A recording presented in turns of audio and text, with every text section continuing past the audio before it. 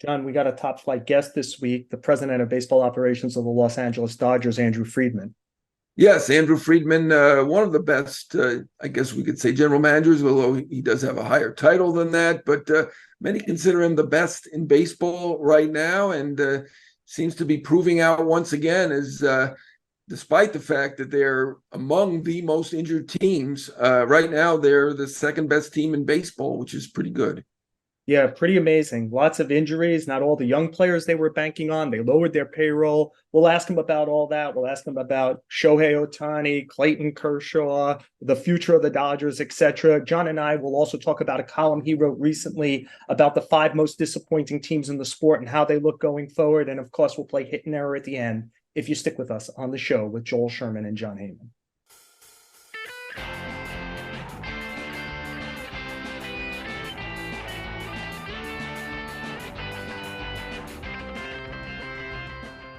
John, I'm off a vacation to join us on the show with Joel Sherman and John Heyman, and I did it because I read this column by you this week, and it made me think about something. You wrote about the five most disappointing teams, and I thought one of the things that has come up very often this season when you and I have talked were, at least for four of those teams, you put the White Sox in, but St. Louis, San Diego, and the two New York teams, we spent a lot of this year asking, when are they going to fire? When are they going to start playing well and play to the level that I think we all expected them to play? They were all predicted to make the playoffs. Mm-hmm. And that never happened this season for those four teams or for the White Sox.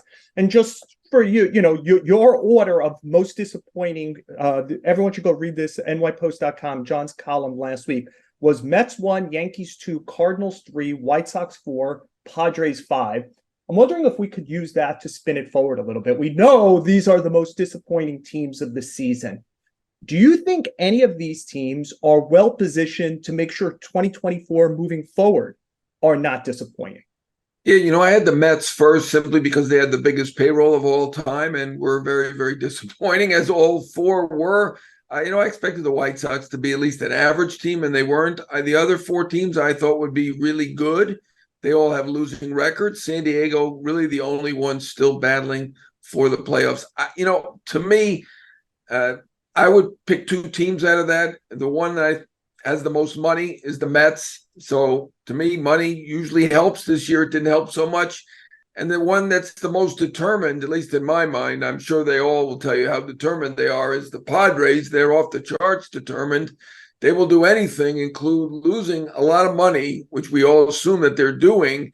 And they're not owned by somebody with $20 billion, not like that anybody else is beyond Steve Cohen. So to me, I'm going to go with Padres and Mets. You could go a different way. You could go up and down and scour their playoff lists their prospect lists and try to figure it out.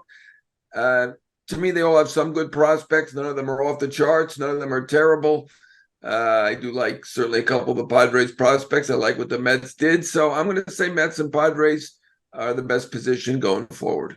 So I actually had the same two teams with like a kind of 1A, or would it be 2A in this situation, the Cardinals, just because of the division. I still expect that division not to be spectacular next year, though maybe the Cubs could surprise us by spending some real cash in the offseason and differentiating themselves. The Brewers always seem to find a way to be good. But I was with you for the Mets and the Padres. So the one thing I think about is two of the teams on your list, and the Padres are one of them. I wonder if the Padres and the White Sox have absolutely no feel how to put a team together. They certainly know how to put talent together on the roster. I think it's like a glittering toy, John. We look at those two teams and we say, wow, look at all the glittering toys, but does it work functionally together as a team? I'm 100% positive that over the years, the White Sox have never figured this out. I think we probably both have some admiration for A.J. Peller's ability to spot both amateur and and major league talent. Yeah, amazing. And he's put it together. Do you think he actually knows, then what's the grout to it? We got the bricks, but we got the stuff that connects the bricks and turns them into a good, sustained, long-term team. Because I was with you. I think it's the Mets and the Padres. I think it's specifically just looking at whose talent carries over from this year to next year. I would put San Diego 1. Yeah. those two teams that you mentioned, they feel like we're at a distance. We're not in that clubhouse. What you hear is that they have chemistry issues. Now, are they because the team's losing and now there are chemistry issues, or the other way around? I mean, you hear that Tatis and Machado don't really get along. Obviously they've got 5 superstars on that team. Does that help or hurt in the long run? Something is wrong there. I mean, obviously they have been, I think, unlucky, or is it about the chemistry? What are they, 6-19 in one-run games, 0-10 in extra inning games? That's almost impossible. Amazing, right? I mean, almost impossible. So I think they're a little unlucky too. So I think that probably should be thrown in that equation. Why I think they're going to be better. But yeah, you're right. Amazing. The White Sox, were they unlucky in a sense? I mean, they made trades that were very logical. They got guys who we thought had big talent. Moncada, you hear he's been hurt all year and really hasn't talked about it, but they've had underachievement from so many different places. Can you predict which players will be injury prone, which players really have the heart? Is that it for the White Sox? Is that the reason? I do think there's an issue there with the organization in terms of the scouting. We've been hearing at least I have for years, that their scouting is not great. They loyalty is a great thing, but they've probably let people linger way too long in terms of at least the scouts. So it's hard to say, but in terms of going forward, again, I'm sticking with the Mets and the Padres for now. I know the Yankees have had winning seasons every year for a generation of teams up until this year, but I'm not so convinced going forward they're going to be great. I'm really not. Yeah, I definitely want to get to that because it's funny. We mentioned 4 of the teams. We haven't mentioned the Yankees, but just to stick with San Diego for 1 second, because again, I think both of us are seeing this somewhat similarly about their talent collection. Do you suspect, I do, that Bob Melvin will not be the manager next year, that will be kind of like a scapegoat move, maybe like what will happen in New York, perhaps with Aaron Boone, where there has to be some bloodletting kind of situation? And do you think at all, not to rebuild, but to reconfigure this, do you see any chance of either Soto or maybe even Tatis Jr., after he's rebuilt his value somewhat, them moving one or the other to kind of just shake it up, bring in a different group of guys? Maybe there's some value in having 2 or 3 superstars, but more really good players than they have. Yeah, I mean, we can't be shocked if any of the managers of any of these teams is let go. And I don't have any inside information at this point on any of the 5. Melvin obviously had a terrific year last year. He has a great reputation. He did a great job in Oakland. Obviously something is wrong this year, and I know the manager often takes the hit when there's a poor record in one-run games, but for this team to have that run differential and to be still under 500, to have that talent and really be on the real outskirts of the playoff race, obviously something went awry there. And I do think there's something related to the clubhouse going on. I think Soto's the most likely to be traded. He's got a year to go before free agency. The other guys are signed for a decade, Tatis and Machado and Bogarts. Soto's the one that probably is not going to sign there long term. At least that's what you hear. And that maybe he'd prefer to be on the East Coast as Trey Turner did. And it seems like a lot of guys have preferred that now. So that doesn't break up they got to figure out Tatis and Machado, get them together and resolve that. I think that's the issue. But I don't see Tatis being traded. Machado's not going anywhere. I wouldn't bank on Melvin either way. Could happen. And Soto, I think, they're going to investigate a trade. I'm pretty sure of that. Yeah, the way the Mets solved their problem was they traded both Verlander and Scherzer. Maybe we'll get both Tatis and Machado. No, I'm sure they won't. The one thing I'll say about San Diego also is, in a year where the Dodgers brought down their payroll, and really a lot went wrong for the Dodgers this year, namely injury stuff. The fact that the Padres didn't seize this moment in time, that can't look good for them, because it feels like the Dodgers they're going to win this division again easily. And they've regenerated somewhat. So I think that's problematic. That allows me, to some degree, John, to flip to the Mets. I think the Mets looked at the Braves in some way and said, well, we ain't catching them anytime soon. What can we do to make a real assault on them? And I think in previous shows, we've mentioned we liked what they did, which is they did something definitive. They said, let's do it. Having done something definitive, I think if you line up next year with Lindor, Alonso, Nimmo, McNeil, I think we like Alvarez, though he's struggling now late in the season. Maybe that's just mental, physical wear and tear after your first full season at age 21. And the deep pockets of Cone, I actually think while they are saying we're going to have lower playoff odds, I assume they'll have lower playoff odds in the beginning of the year, but I don't see them as hopeless in 2024. No, I mean, they've said they're going to be competitive. We'll take them at their word. They have a decent nucleus. I think they'll be fine. Are they going to be a favorite as they were this year? Probably not. I mean, look what they're doing right now. So I think they were right to do what they did do. Maybe they're discovering something. Maybe DJ Stewart can be part of the mix. I mean, he's been fantastic. I don't know. We're not in September yet. We're still in August. So he's facing. He can't be. This is like Jake Bowers a few weeks ago, right? Like I'm not. Nobody can't defend. There are late bloomers. I know they're few and far between, but the guy. What does he hit? Like 5 home runs in his last 18 plate appearances. Maybe. I said maybe. Let's give him a maybe at least, Joel. Give him something. This is, I think the game is moving towards athletic and defense, and I wouldn't get conned by a Jake Bauer or DJ Stewart, who I don't see as athletes who help me on the bases or help me on defense. I think those guys are available on the outskirts every year. Like, look, maybe you'll hit one and that will be worth a lot. But that player, Billy McKinney, Greg Allen, Rafael Ortega, they're available every year. I wouldn't fall in love with one right now. Well, there's 40 games to go, so we'll find out. And I'm glad the Yankees are calling up Pereira and Peraza, and we'll learn more about them. We've seen Peraza a bit, but they're going to be playing, I believe, every day, certainly regularly. And I think that's a good move. Obviously, it's been a winning organization, and we probably shouldn't give up on them, but you asked me to pick the team that I thought was best positioned going forward, and to me, it's the Padres and the Mets. But I'm not giving up on the Yankees, but the new rules, the way that the draft is now, you can't sign anybody internationally. You have a limit there. They've certainly made the rules a little bit more difficult for the big market teams, which I'm not blaming them. I think that's probably good to give the small market teams a greater opportunity. I have some real concerns about the Yankees moving forward, John, because they haven't failed in a singular area. It isn't like, it's free agency or it's trades or it's injury or it's player development or it's international or it's draft. Like this has been widespread failure. And so one of the things I'm curious about, and again, who knows if you could really read this in the last 30 plus games, to your point, they're bringing up Peraza and Pereira, is their history over the last 25 years is they don't bring up good players from the minor leagues, or they bring up players who are very temporarily good.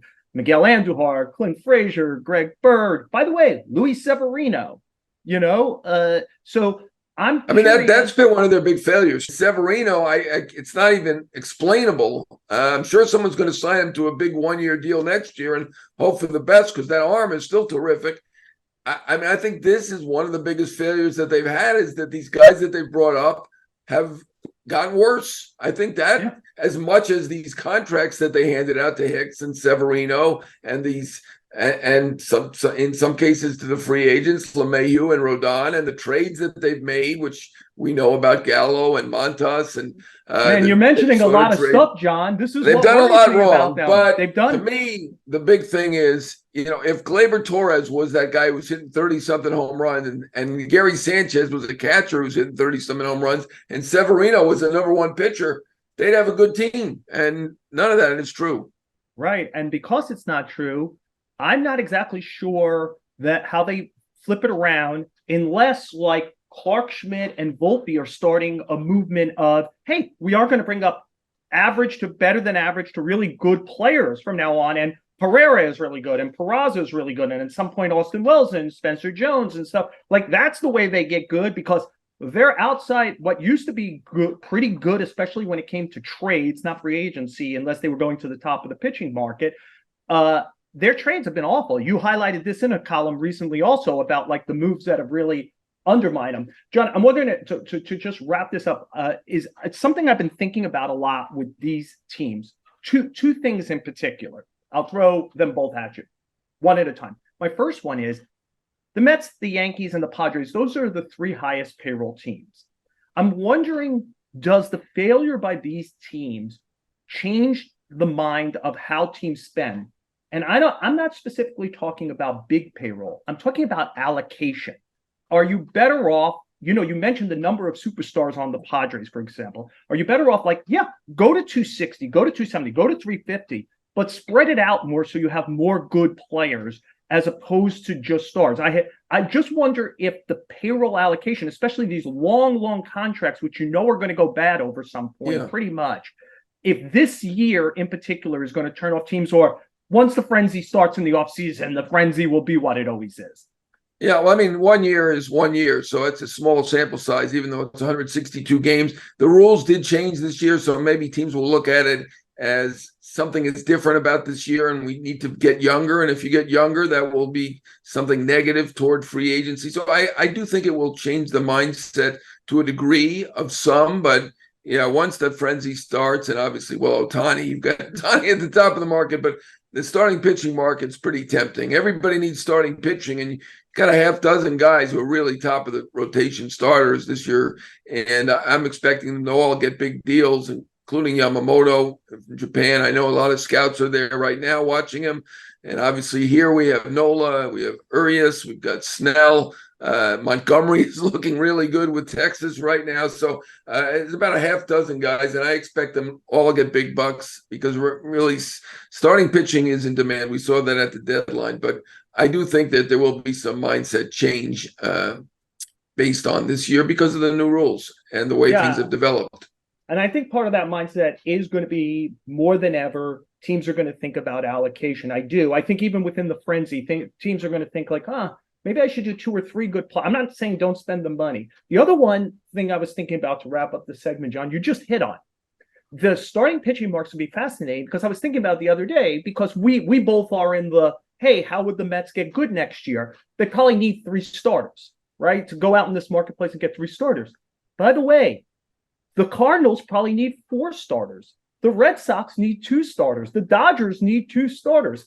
You go through all the teams that are going to want to try to win next year, right, and we're talking anything from 1 to 3 or 4 starters. There's just not going to be enough to go around, and I think that market in particular, if guys just sit and wait, we are going to see numbers that really blow us away, including, like you mentioned, Luis Severino on a 1-year contract. I could see some teams saying, I just don't want to get into this marketplace for 4, 5, 6, Jordan Montgomery or someone like that.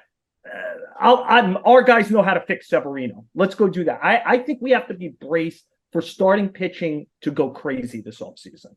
Right, and you can see why teams would say our guys could fix Severino, right? Because he throws, close to 100 miles an hour, and the Yankees have had problems with guys regressing. So I could see a lot of teams thinking, well, we're smarter, we can fix them. So I think he's going to do well. But the 4 or 5 guys at the top are really outstanding pitchers, and the value of a number 1 starter is still there, even though, most starters don't throw more than 6 innings. There are a few that do. Obviously, Alcantara, Valdez, Cole, Scherzer, now that he's with Texas. But there aren't that many who do, yet the value just keeps going up and up. I don't know if anybody's going to beat $43 million a year other than Ohtani, who obviously will, but the price is going to be high for all those guys that we've mentioned.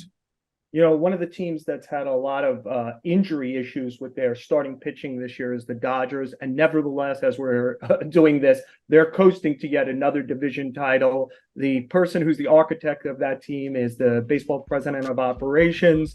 That's Andrew Friedman. And he joins us next on the show with Joel Sherman and John Heyman.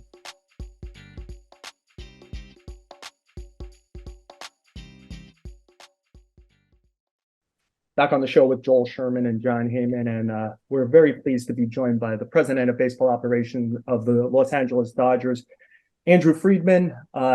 Andrew is he's not going to say it until there's champagne pouring, but about to go 9 for 9 and making the playoffs, 8 out of 9 winning the NL West. They got a big lead over second place Giants. I think it's 12 and a half games as we're talking here. But Andrew, I wonder if the place to start was like, this was a season in which you took your payroll down, you took some shots with young players. Some of it worked, some significant ones didn't. Vargas at second base, you took a shot with Noah Syndergaard, it didn't work.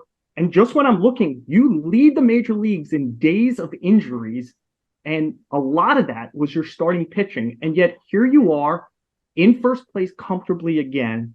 We talk things like culture all the time. I'm wondering if you could, for our listeners, why are you guys overcoming this? What is it about the Dodger group that is able to overcome this? That's a lot. It's we're getting we're right out of the gates heavy here. I like it. I never start slow. It's fastball, fastball, fastball. My changeup is my fastball. Right. You had me on my front foot. I was expecting something different, but I'm ready. Let's go. Yes.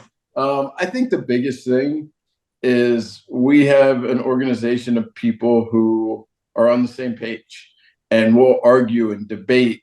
But from our strength program to our training staff, to our coaches, to our front office, why guys are being acquired, what levers we feel like we might be able to pull. Everyone is just in lockstep and in sync. It doesn't mean there's not a lot of disagreement along the way, but I think that helps. And then for us, our goal is to put players in positions to succeed. So appreciating the things they do well.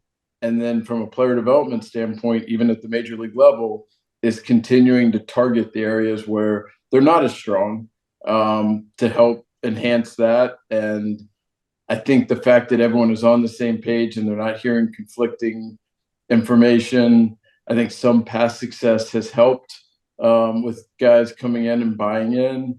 And I think it's just about appreciating, what guys do well, putting them in those positions to succeed. When you have success, confidence breeds from that. And I think our veteran players do an incredible job of taking in our young players. I've been around environments, I've heard where young players come up and they're hazed and they're, the veteran players give them a hard time. And so they're not really comfortable. And when they're comfortable, it's hard enough to make that adjustment from AAA to the major leagues. And I think our guys do an incredible job of encouraging them to be themselves, and therefore they are more comfortable. When they're more comfortable, they're more confident. And, we've seen a lot of good this year. We've seen some things that haven't quite worked, which has value as well. And for us, we talked about this a lot this offseason. We felt like the public narrative was overblown, that this was a really, really good team. I think if you're comparing any team to our 2022 team, it's not going to look as good. My guess is that will be the most talented team I'm ever around in my career. But that's not necessarily the standard. And we felt like this team was every bit as talented as the 17-18 Dodgers. You go back a few years and it was every bit as good. And in those years also, we had to work in young players. And for us to be able to sustain success over a long period of time, we have to be willing to do that. We have to have the requisite depth behind it. And this year just happened to be a few more, similar to 2019, where we broke in a lot of guys. It just happened to be more. Some have worked out really well. Some have struggled, which again still has value. And we've had other guys really step up, and Mookie and Freddie are just as good as it gets, which helps as well.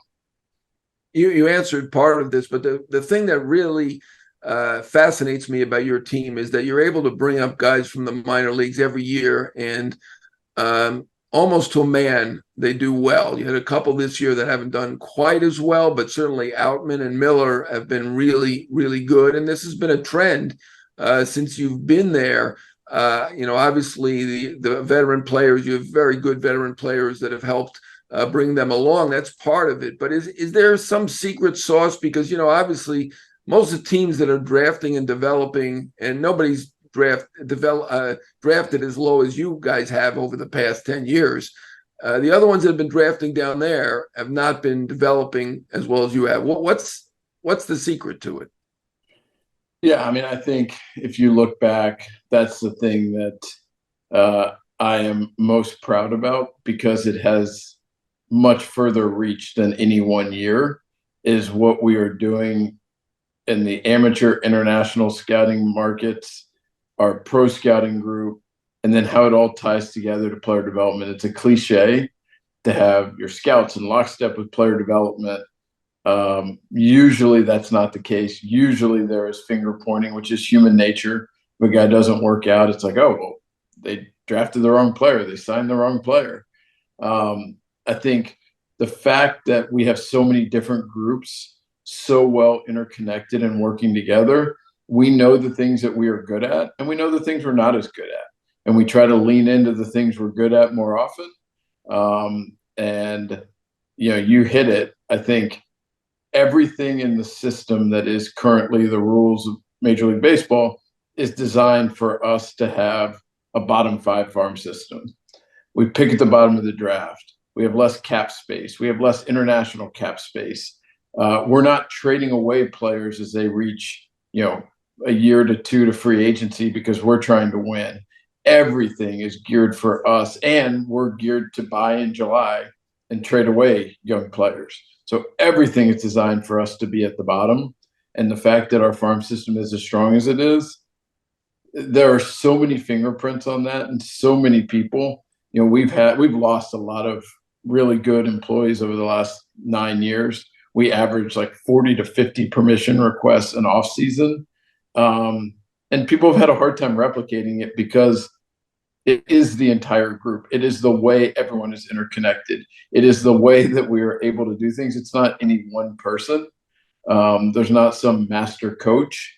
And so that then feeds into us developing players that I personally feel like at a really high rate. And then our veteran players, Dave Roberts, our coaches, the way they've brought those guys into our environment, appreciating how important they are, not just for now, but for the future, and made them feel comfortable and confident, has been a significant factor in the success we've had.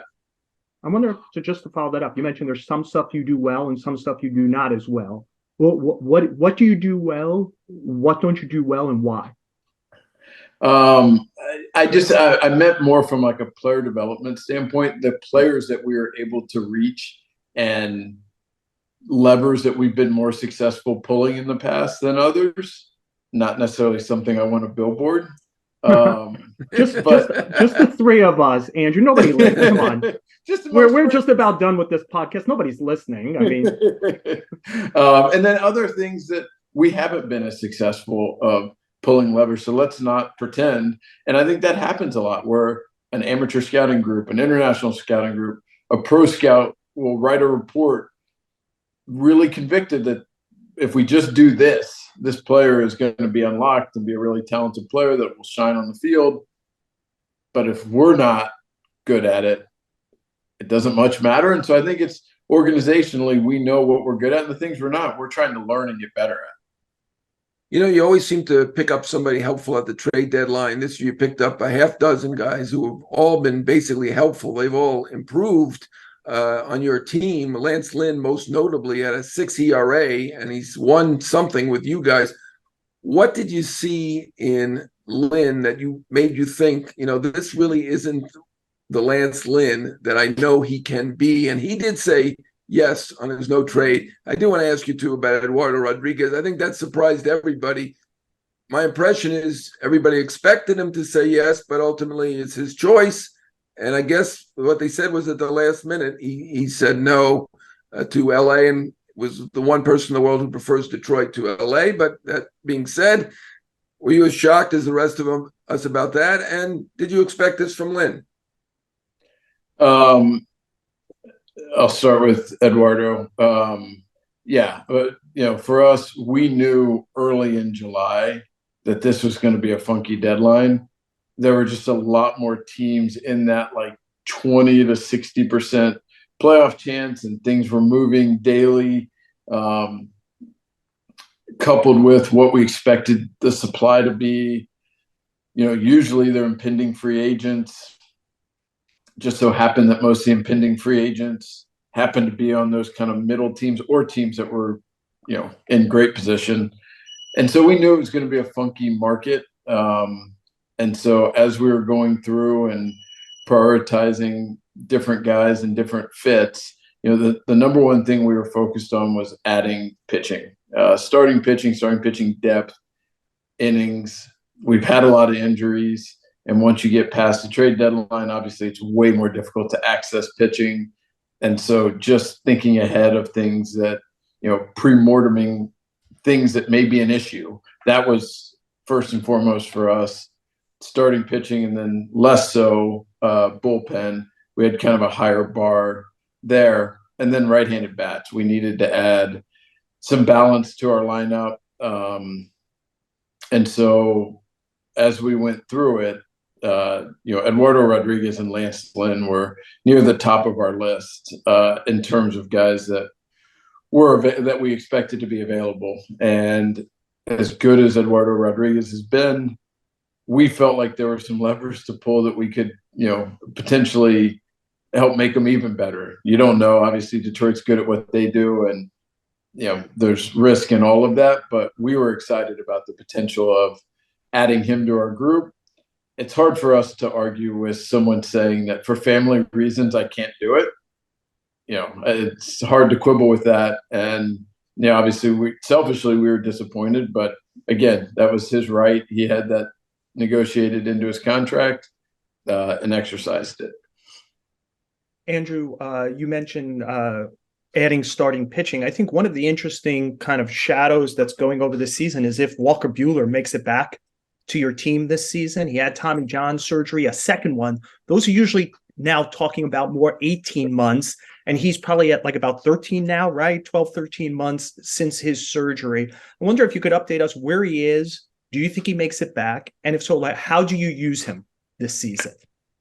Yeah, I am letting that kind of fall out. He is pushing hard because he's as good of a competitor as I've been around. And so our thing is he is pushing hard. We're making sure the doctor and our training staff are in lockstep every step of the way. And so for me, it's either going to fall out and him being back at some point in September. And if so, that's incredible. But I'm trying not to let my mind go there, because I want it to be if it's right for Walker, and we're not pushing it at all. He is doing incredibly well. I know from the minute he could start his rehab process, he has attacked it, all with the mind of getting back in September to help us in October. Right when he got diagnosed, his mind immediately shifted to that. But he has assured us that if there are any hiccups along the way, that we'll kick the can to next year. But so far, he's doing really well. Where this ends up, I don't know yet. If 100%, I think you have the best rotation in baseball, but there are questions about just about everybody. Urias, I think, has shown better signs lately, but I do want you to touch on where it stands with Urias. Certainly with Kershaw, is probably the best pitcher over the last 40 years or something like that. And Gonsolin may not be as good with him, but he was really good last year and looked pretty good in a recent start as well. So could you touch on those three as well? Yeah, I think with Gonz, he's been battling through some stuff. And to his credit, the doctor was like, hey, you're battling through some stuff. It's pain management and symptoms. And he did his best to kind of gut it out for the team. And there was some good in that, and then some challenges, as you would expect with someone battling something. We all have a great deal of respect for what he was trying to do and appreciate it. But it just got to a point where it was really hard for him to kind of finish pitches and execute. So my guess is he'll be done for the year, but maybe this blow really helps and he's able to come back, which would be great. Kersh has come back and been really good. It's funny. Somehow Kersh is underrated at this point, which I don't understand. Obviously, he is a significant player for us in terms of, us getting to where we want to get. And we've kind of eased him back in these two starts, and we'll continue to kind of just be pragmatic and prudent here as we continue to build, and hopefully have him featured very strongly prominently for us in October. Julio's just had a weird year. I don't know how much of it was ramping up for the WBC and whatever, but obviously he had the hamstring injury. His stuff has definitely ticked up this August. His stuff has been really good. And it was just weird sequencing and some bad luck stuff that when he happened to hang a pitch, there were two guys on, or, he just wasn't getting away with anything, which obviously doesn't always play out that way. So there was some bad luck, some stuff that had backed up some and some execution, but all that feels like it's in better order right now, and really like the trend line and where he's going. Since you wouldn't tell us even something like the secret sauce for why you do well with minor leaguers, I'm not expecting you to tell us that you're signing Shohei Ohtani at the end of this season, but certainly you guys have been associated with him. So I want to ask a larger picture question. Unless you want to tell me you're doing everything you can to sign Shohei Ohtani, we will not stop you from saying that on our show. But when I think about how you've operated, you've been willing to spend a lot short term or less long-term on guys like Friedman and Mookie kind of situations. Is there an Andrew Friedman philosophy that would stop you from doing the kind of mega deal it would take to get this done? No, I mean, I think my philosophy is not to have hard and fast rules about anything. That is kind of my operating ethos. I think my greatest strength is also my greatest weakness, in that I see everything in gray. I don't see anything on extremes. So for me, everything is case by case. And, I think when looking at bigger contracts, and obviously we have a number of them, it's a little bit about how you space them out and time them. And the more you have, obviously, the more good players you need that are 0 to 3 players. You need a really strong farm system. And so a lot of it gets at organizational health in that moment as you forecast forward. And so that's just so much more nuanced than, hey, are we pro big deal, anti big deal? I mean, Mookie was a very large deal. Freddie was for age and AAV, but obviously it's been great. But for us, everything is a case by case, and how it kind of intertwines into our current roster, our future roster, and just giving ourselves as much flexibility to be as good as we can be, because we appreciate that it's hard to know what's going to happen today. It's even more difficult to know what's going to happen a year from now, 2 years from now. And so kicking the can and buying time and optionality on things for as long as you can, whether it's on a player or whatever it is, has a lot of value. And, for us, I think being able to sustain this run and also have the future outlook that we have right now is something that is, front and center for us in our minds and everything we do. And we've all seen a lot of large market teams have a really good run and a lot of success, and then kind of fall off the cliff and take a while to build back up. And we feel like we owe it to our fans to not do that. My guess is if we do that I'll be pumping gas somewhere. But that's what drives us. And, we're trying to be as good as we can be in the current year, but also keep us in position to be as good as we can be in future years as well.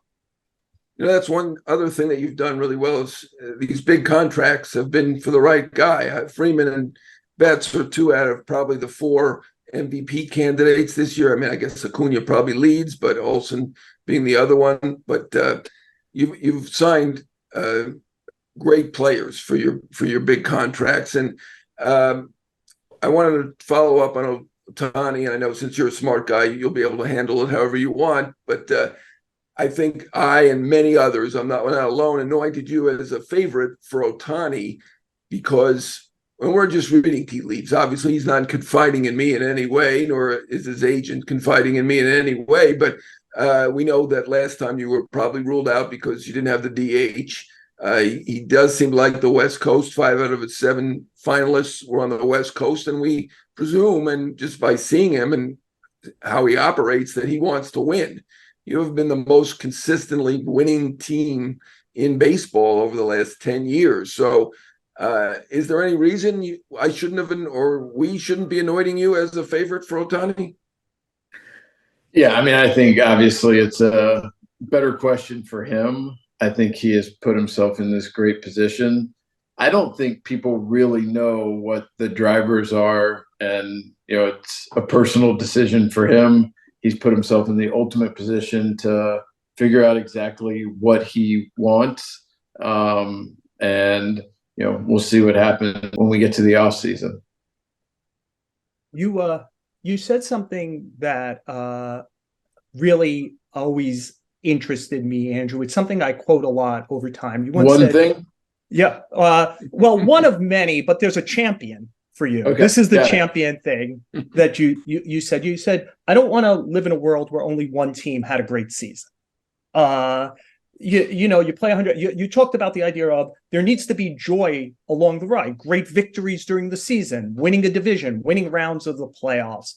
I wonder over time, as you did win a championship, it was in the shortened year, but I think everyone, like John has pointed this out, I think everyone would look at your organization as a model organization, and yet it's hard to win the World Series, right? It's just hard to do. Do you still believe in that? Or ultimately, I'm going to be judged by how many World Series this team wins, and I better figure out if there's a way to increase the odds for that. Yeah, that's an existential question I don't know the answer to. I know that we are ultra competitive and want nothing more than to win a World Series in that year. And in years where we haven't, those 3, 5, 10 days after are so difficult to get back on the horse. It's so daunting to even think about how you get back to where you just were, the morning of that deciding game, and just how difficult it is.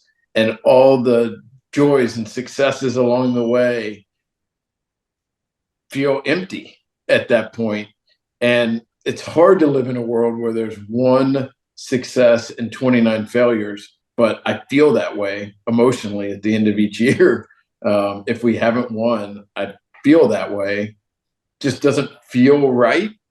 But it's ultimately why we do what we do, is to win the World Series. And so if you don't, by definition, that year was not a success. And I'm not good at, just the binary nature of, okay, yes, successful, no, not. There's still degrees of that. It provides some solace, but not a ton. So there's like a intellectual part of this that doesn't make sense to me for that to be the case, but emotionally I get it because I feel it. And how that kind of all nets out, I don't know. I mean, I think it's easy after the fact to postmortem anything. And that whatever was successful that year becomes, well, that's how you do it. And then the next year there's a different winner. And there hasn't been a repeat winner in a long time because of how difficult it is. And baseball is different than other sports. I'm not going to say it's a crapshoot because I think talent still really matters. But there are so many things that happen in the course of a baseball game that tends to even out over 162. But plays that have, a really high out probability that on that play doesn't get made. And the sequencing of if a home run happens after that, or if it just happens with nobody on in another, like there's a lot that plays into these things. I mean, the 7th inning of our game 4 against the Padres last year is a great example. Trace Thompson in the 3rd inning made a catch that had like a 6% catch probability. It was an incredible play. In the 7th inning, a ball landed that had like a 72% catch probability. And, ball off the end of the bat, just later break. There was a ball that Freddie doesn't expect a right-handed hitter to block a ball. And it all happened in the right sequence for the Padres. Byung there was just so many different examples of things that matters. And it doesn't mean that talent doesn't matter, but in the NBA, if your best player is LeBron James, you can give him the ball every possession if you want to in the last 2 minutes of a game. And in baseball, Mookie and Freddie are going to be able to bat 1 out of 9 times. Our pitchers have a finite number of pitches they can throw, and so it is a different sport in that respect. But taking off my executive hat, the theater that is October baseball is incredible. Well, you're going to play in that theater again this season, Andrew. You've done, you and your group, another excellent job under trying situations. Just in mentioning the injuries again, most injured days in the 2023 season is the Los Angeles Dodgers, and your team is heading to the playoffs once again. It's heading to an NL West title, and John and I appreciate you joining us on the show. Thank you guys for having me on. John, what do you got this week? Hit or error? Well, my hit or error is going to be both a hit and an error, but overall an error, because there's nothing that's an error anymore in Major League Baseball. Everything is a hit. You've noticed this too, right? I was saying it from the beginning of the year, and my conspiracy theory mind went to they want to build up batting average. Are they doing it this way? I don't know. I mean, there are conspiracy theories. I happen to think that a lot of these official scorers are just, want to be friendly. I don't know. They're not being friendly to the pitchers, but I mean, I was in Boston for the Mets series. That official score, everything was a hit.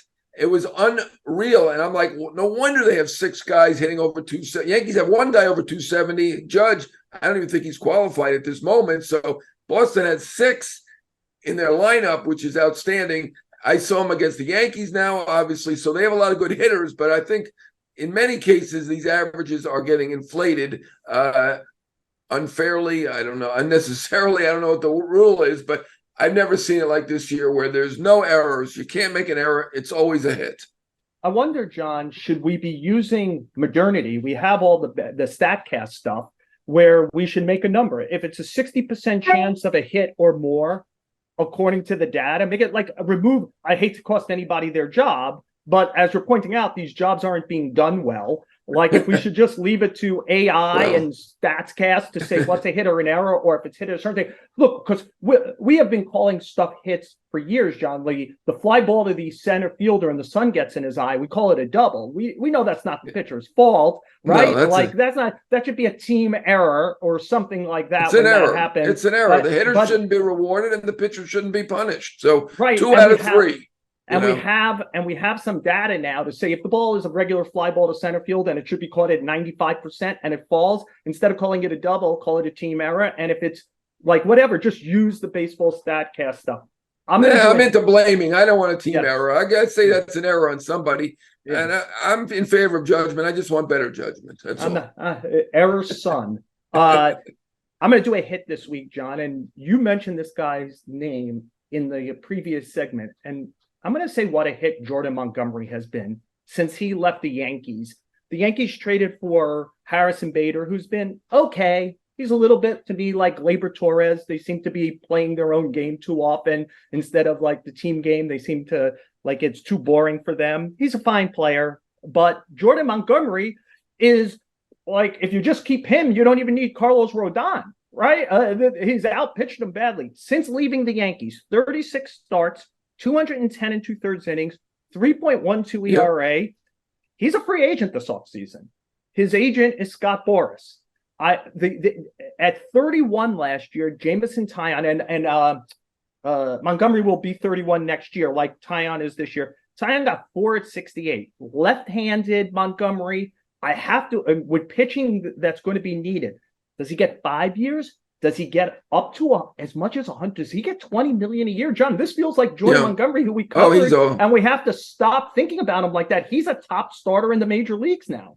Yeah, I'm bad at this, and I certainly think he's getting over 100 million. I mean, he's been great with Texas. Yeah, I didn't even mention him. And was great with St. Louis last year, helping them get to the playoffs. Now he's helping Texas. I didn't even mention him as the guys who regressed with the Yankees. They traded him before he regressed, and he went somewhere else and got better, and then complained about the Yankees. I know the Yankees didn't like that and whatever, but maybe he had a point.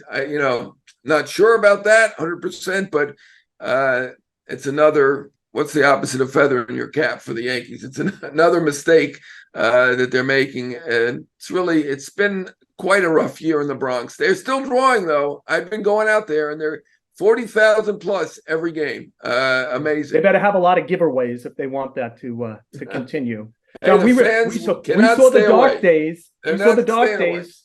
You know, me and you were big guys. They in the love early going 90s. out there. They love going out there. They don't mind paying the $19.99 for the 99 burger. I saw the line. I said, I think there's more than 99 people on this line, so I'm getting out. They only have 99 of them, I guess, but got the Bobby Flay burger, still solid, but $15 for the Bobby Flay burger.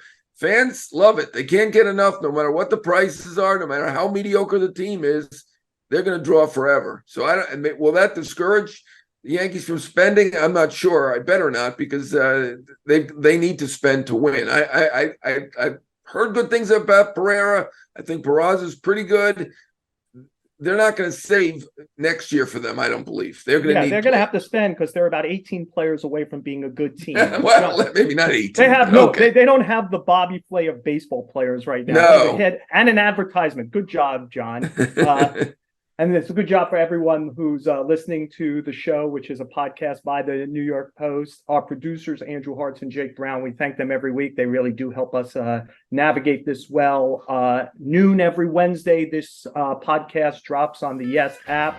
Subscribe, rate, review the show on Apple Podcasts, Spotify, or wherever you listen to your podcast. Give us a 5-star rating. That does really help. And we're getting closer and closer to the end. The New York teams aren't going to make it to October, but we hope you keep making it to listen to the show with Joel Sherman and John Heyman.